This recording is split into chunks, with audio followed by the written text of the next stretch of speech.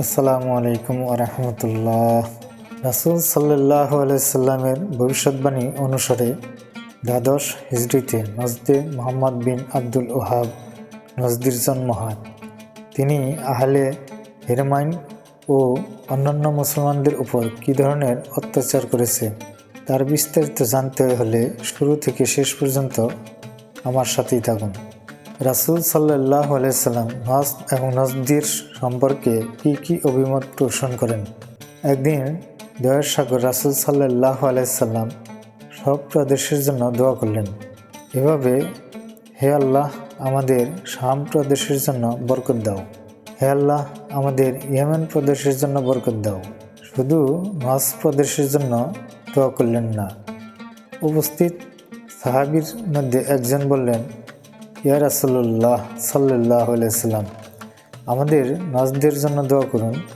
পুনরায় রাসূল সাল্লাল্লাহু আলাইহি সাল্লাম ইয়েমেন এবং শামের জন্য দোয়া করলেন, নজদের জন্য দোয়া করলেন না।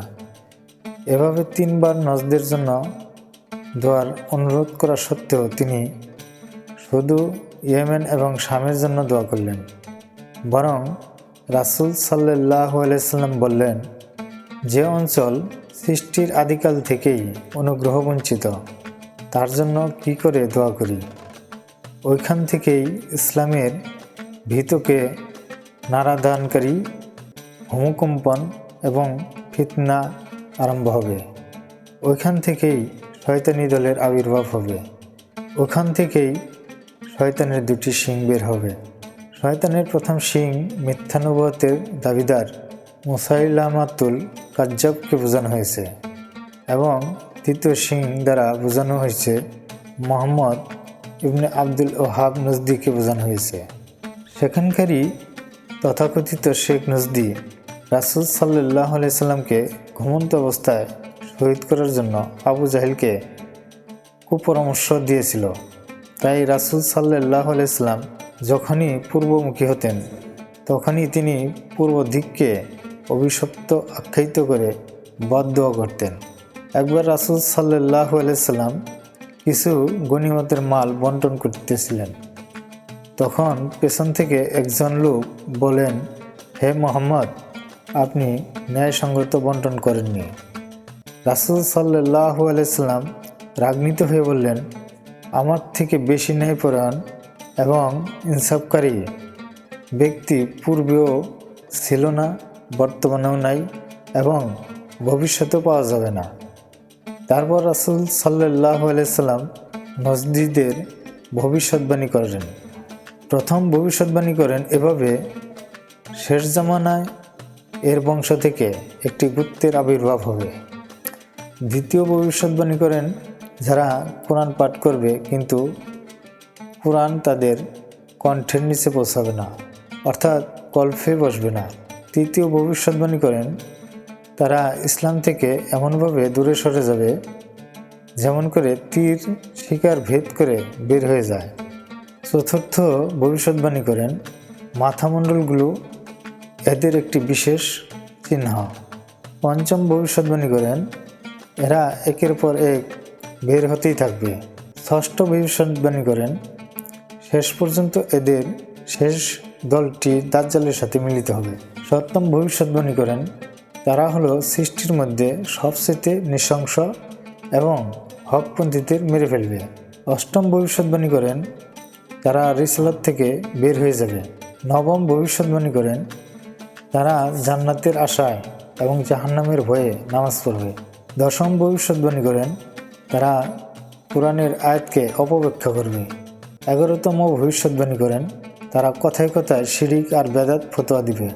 12তম ভবিষ্যৎবাণী করেন, তারা মুসলিম উম্মার মধ্যে প্রথম ফিতনার সূচনা করবে।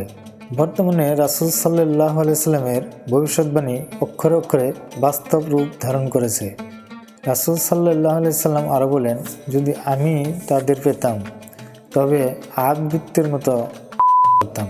শয়তানের প্রথম সিংকে মুসাইলামাতুল কাজ্জাবকে দমন করা হয় হযরত আবু বকর সিদ্দিক রাদিয়াল্লাহু তাআলা আনহুর খিলাফতকালে। আধুনিককালের শয়তানের সিং মুহাম্মদ বিন আব্দুল ওহাব নজদি এর জন্ম হয় 1703 সালে নজ প্রদেশে। তার অনুসারীদেরকে বলা হয় ওহাবি বা নজদি। 1801 সালে খারিজিরা কারবালার পবিত্র ভূমি হতে হযরত ইমাম হুসাইন রাদিয়াল্লাহু তাআলা আনহুর পবিত্র মাজার শরীফ ভেঙে দেয়।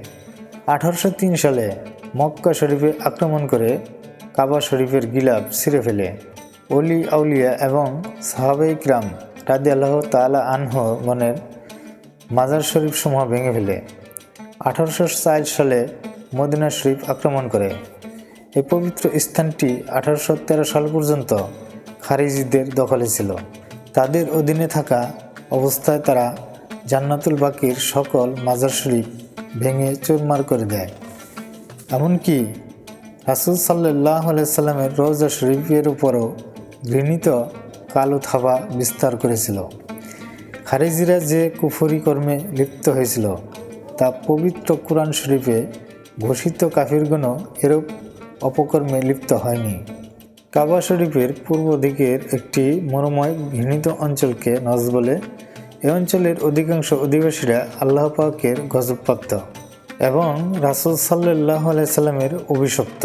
মক্কা বিজয়ের পর রাসূল সাল্লাল্লাহু আলাইহি সাল্লাম নজদেরকে আরবের অন্যান্য দেশ হতে পৃথক করে ঘৃণিত অঞ্চল হিসেবে বর্ণনা করেছেন। যেমন তিনি খানায় কাবার সঙ্গে সম্পর্ক করে বলেন রুকনে ইয়ামিনি, রুকনে শামি ও রুকনে ইরাকি। কিন্তু এখানে রুকনে নজদি বলে রাসূল সাল্লাল্লাহু আলাইহি সাল্লাম কাবা শরীফের দিকে চিহ্নিত করেননি, কারণ নজদিরা প্রকৃত কাবা শরীফপন্থী ছিল না। রাসূল সাল্লাল্লাহু আলাইহি সাল্লামের ইসলাম প্রচারকালে কাবা শরীফের চতুর্দিকে কাফিররা ইসলামী আদেশে মুগ্ধ হয়ে দ্বীন ইসলাম দীক্ষিত হন। আর মক্কা শরীফ হতে দূর দূরান্তে অবস্থানরত অধিবাসীরা রাসূল সাল্লাল্লাহু আলাইহি সাল্লামের চরিত্র মোবারক এবং আদর্শ মোবারকে মুগ্ধ হয়ে কালামে পাকের মহামান্বিত উদ্বুদ্ধ হয়ে তারা উফদ নাম ধারণ করে এবং মক্কা শরীফে অভিমুখে রওনা হতেন। সে সময় তাদের কারো কারো মুখে উচ্চারিত হচ্ছিল ইয়া নবী আল্লাহ, আর কারো মুখে উচ্চারিত হতো আল্লাহু আকবার। তারা দূর দূরান্ত হতে কাবা শরীফে এর আঙ্গিনাতে উপস্থিত হয়ে রাসূল সাল্লাল্লাহু আলাইহি সাল্লাম হাত মোবারকে বায়াত গ্রহণ করত, দ্বীন ইসলাম গ্রহণ করে ধন্য হতো। এমনকি নসিবাইনের জিন জাতি পর্যন্ত রাসূল সাল্লাল্লাহু আলাইহি সাল্লামের হাত মোবারকে বায়াত গ্রহণ করত। কিন্তু কম বক্ত কোনো নজদি হুজুর পাক সাল্লাল্লাহু আলাইহি সাল্লামের খিদমতে উপস্থিত হয়ে ইসলাম গ্রহণ করেননি, বরং নজদিরা ঈমান লাভের পরিবর্তে ঈমানদারগণকে নির্মমভাবে শহীদ করত। এ কথার জ্বলন্ত প্রমাণ নজদের ভিড়ে মাউনাতে 70 জন ঈমানদার মুবাল্লিগ হাফিজে কুরআন সাহাবা রাদিয়াল্লাহু তাআলা আনহুকে শহীদ করেন এবং হযরত খুয়াইব রাদিয়াল্লাহু তাআলা আনহুকে শুলে ঝুলিয়ে শহীদ করেন। এই দুটি ঘটনার বিস্তারিত আলোচনা বুখারী শরীফের মধ্যে বর্ণিত আছে। এই ভিডিওতে শুরু থেকে শেষ পর্যন্ত চেষ্টা করেছি খারিজিদের উল্লেখযোগ্য সঠিক তথ্য উপস্থাপন করতে। ভিডিওটি ভালো লাগলে দ্বীনের খেদমতে শেয়ার করে দিবেন, আর নতুন হলে চ্যানেলটি সাবস্ক্রাইব করে পাশে থাকবেন। আল্লাহ হাফেজ।